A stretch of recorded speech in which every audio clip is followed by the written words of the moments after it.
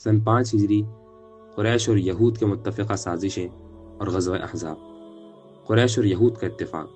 جب رسول اللہ صلی اللہ علیہ وسلم مدینہ تشریف لائے تو یہاں یہود سے مصلحت کا معاہدہ فرمایا تھا، جس کو نبی اکرم صلی اللہ علیہ وسلم وفا کرتے رہے، لیکن چونکہ یہود مدینہ کے رئیس اور بڑے مانے جاتے تھے اور آپ صلی اللہ علیہ وسلم کے تشریف لانے کے بعد اسلام کی روز افزوں ترقی اور شوکت کو دیکھ کر ان کو سخت غیظ ہوتا تھا، اور اسی لیے ہمیشہ آپ صلی اللہ علیہ وسلم اور مسلمانوں کے در پہ آزار رہتے۔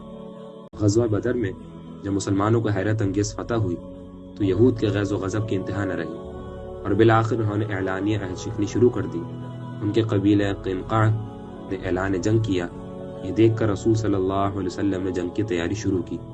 مقابلہ ہوا تو وہ قلعہ بند ہو گئے۔ کچھ عرصہ محصور رہنے کے بعد جلا وطن ہو کر قینقاع شام کے علاقے میں اور بنو نذیر خیبر میں چلے گئے۔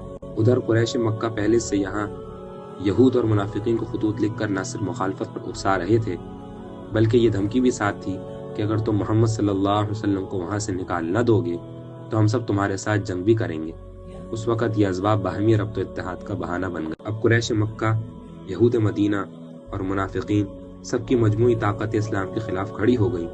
مکہ سے مدینہ تک تمام قبائل میں ایک آگ سی لگ گئی۔ چنانچہ غزوہ ذات الرقہ مورخہ 10 محرم اسی سازش کا نتیجہ تھا۔ پھر غزوہ دومۃ جندل، وہ بھی متفقہ سازش تھی۔